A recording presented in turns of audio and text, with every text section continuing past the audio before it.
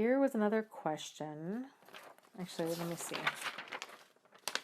That was probably really loud. Sorry. Okay. Sometimes I feel really scared of the situation. I fear the future and I fear love. I truly love that what I'm about. Wait. I truly love that what I'm about the right. Wait. Sorry. Oh, I get it. I truly love that what I'm about to write sounds normal to you. As many who haven't been through this won't understand how strong their love feels. If someone could fake this intense hallmark love that I was so sure was real and special, how will I know what real, genuine love is?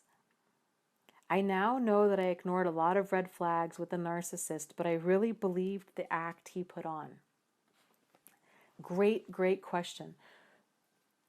Because yes, that their love, that hallmark love, like this person's describing, this saccharine sweet, this fairy tale, over the top, kind of Hollywood type love, that's love bombing. And so that's a distinction between you've got love and you've got love bombing. Love bombing is that intensity. It's that hallmark, over the top. There's no substance. It's kind of all sizzle but no steak kind of a thing. And it doesn't last. It creates a whirlwind type romance. Things move very quickly. There's a lot of like this rushing of intimacy. It's a lot of, it's a lot of intensity. So kind of like what we've been talking about all night. It's the difference between love bombing and love, and intensity and sincerity. So how you can tell the difference between love bombing and love is that love is something that develops over time. Love is based on dignity and respect and honesty and trust and appreciation and admiration of another person for who they are. Not at a superficial level, but at like a deeper level. And it takes time to know a person at a deeper level. So love bombing, doesn't develop over time. Love bombing tends to be a whirlwind thing. It tends to be a bunch of false flattery. It tends to rush things along. It's not based on honesty or trust or dignity or respect. It's based on charm. It's based on words. It's based on moving quickly. It's based on telling you everything that you want to hear. And so real love, it takes time, and it just like trust, it takes time. And it takes time to develop, and it takes time to really get to know this person and to know their intentions. And really, I think a lot of it is you'll know when it's genuine love based on how you feel. Because none of those feelings, those emotional highs and lows, what we were talking about earlier with like the whole kind of intermittent reinforcement. When the good times are really good, but the bad times are really bad. There's not this roller coaster stuff going on. There's not abuse present of any kind. And so I'm kind of just getting clear in your mind as to what's what, and the differences between the two can really help. So, yes, Elise says, my love bomber began 2 weeks into talking on the phone, saying he'd moved to Chicago to be with me about a week or so later, proposed to me by week 8. I fell for it all. Not anymore. Yes, very common. And that was me too, twice.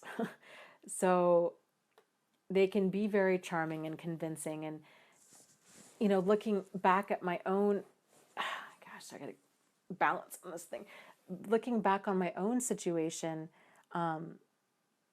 as to how I kept getting tangled up in this, was I had learned a lot of like the wrong lessons along the way. So the first relationship I got tangled up in was a guy who was completely psycho, and that was actually his nickname. That was in high school. And I thought that was a fluke. I never, thankfully, have dated anybody like him since. He was incredibly dangerous. Just, I hope he's in jail. I mean, he's just really problematic, scary, scary dude. Uh, but the other two guys I got tangled up with were incredibly charming. The first guy wasn't really charming. He was, he gave me attention. I mistook attention for love. And I just believed everything that he said, and I fell for everything. The other two guys, they were both incredibly charming, but their actions at first really matched up with that. I just didn't realize that a person being Prince Charming was actually a red flag. And so it took me a while to really figure out, how did this keep happening to me? And how, more importantly, how can I stop this from happening? And so I think when people repeat this pattern with these relationships, it it tends to be because we tend to learn a lot of the wrong lessons because we're not sure how these people keep slipping into our lives. And so when we can figure out how that's happening, then we can put a stop to it. But a lot of it has to do with kind of examining our, first of all, I think realizing, like learning about different kind of red flags of problematic behavior, but then also examining our own vulnerabilities that they've been able to exploit.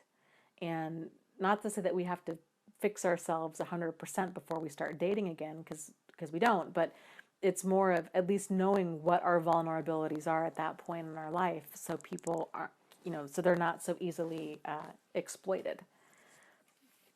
Lots of love to you guys. You are not alone. You are not crazy, and you really can move forward and heal from this.